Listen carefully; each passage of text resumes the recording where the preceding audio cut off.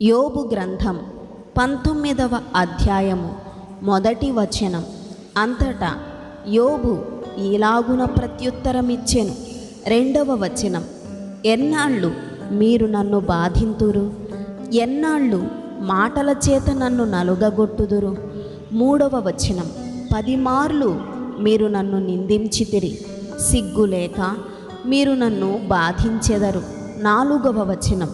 నేను తప్పు చేసిన ఎడల నా తప్పు నా మీదికే వచ్చును గదా. 5వ వచనం. మిమ్మును మీరు నా మీద హెచ్చించుకుందురా?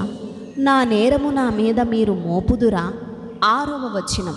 అలాగైతే దేవుడు నాకు అన్యాయము చేసెననియు తన వలలో నన్ను చిక్కించుకొనెననియు మీరు తెలుసుకొనుడి. 7వ వచనం. నా మీద బలాత్కారము జరుగుచున్నదని నేను మొర్రపెట్టుచున్నాను గాని నా మొర్ర అంగీకరింపబడదు. సహాయము నిమిత్తము నేను మొరలిడుచున్నాను గాని న్యాయము దొరకదు. 8వ వచనం. నేను దాటలేకుండా ఆయన నా మార్గమునకు కంచెవేసి ఉన్నాడు, నా త్రోవలను చీకటి చేసి ఉన్నాడు. 9వ వచనం. ఆయన నా ఘనతను కొట్టివేసి ఉన్నాడు, తల మీద నుండి నా కిరీటమును తీసివేసి ఉన్నాడు. 10వ వచనం. నలుదిశలు ఆయన నన్ను విరుగగొట్టగా నేను నాశనమైపోతిని. ఒకడు చెట్టును పెళ్లగించినట్లు ఆయన నా నిరీక్షణ ఆధారమును పెళ్లగించెను. 11వ వచనం. ఆయన నా మీద తన కోపమును రగులబెట్టెను, నన్ను తన శత్రువులలో ఒకనిగా ఎంచెను. 12వ వచనం. ఆయన సైనికులు ఏకముగా కూడి వచ్చిరి, వారు నా మీద ముట్టడి దిబ్బలు వేసిరి, నా గుడారము చుట్టూ దిగిరి. 13వ వచనం. ఆయన నా సోదర జనమును నాకు దూరము చేసి ఉన్నాడు, నా నెలవరులు నాకు కేవలము అన్యులైరి. 14వ వచనం. నా బంధువులు నా యొద్దకు రాకయున్నారు, నా ప్రాణ స్నేహితులు నన్ను మరచిపోయి ఉన్నారు.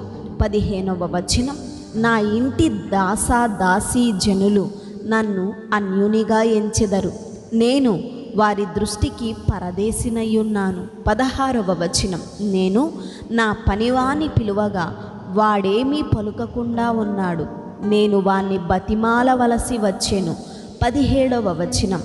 నా ఊపిరి నా భార్యకు అసహ్యము, నేను కనిన కుమారులకు నా వాసన అసహ్యము. 18వ వచనం. చిన్న పిల్లలు సహా నన్ను తృణీకరించెదరు, నేను లేచుట చూచిన ఎడల బాలురు నా మీద దూషణలు పలికెదరు. 19వ వచనం. నా ప్రాణ స్నేహితులకందరికీ నేనసహ్యుడనైతిని, నేను ప్రేమించిన వారు నా మీద తిరుగుబడియున్నారు. 20వ వచనం. నా ఎముకలు నా చర్మముతోనూ నా మాంసముతోనూ అంటుకొని ఉన్నవి, దంతముల అస్థి చర్మము మాత్రము నాకు మిగిలింపబడి ఉన్నది.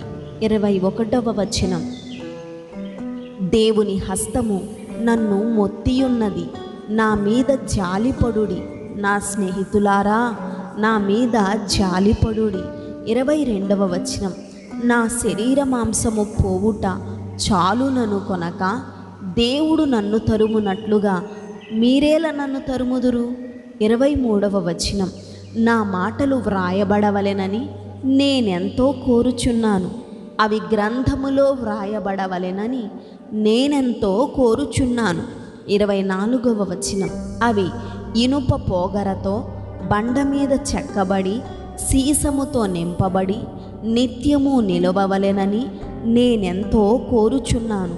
25వ వచనం.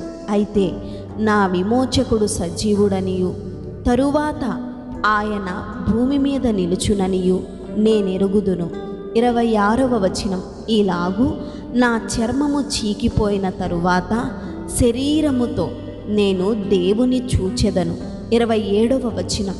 నా మట్టుకు నేనే చూచెదను, మరి ఎవరునూ కాదు, నేనే కన్నులార ఆయనను చూచెదను, నాలో నా అంతరింద్రియములు కృషించి ఉన్నవి.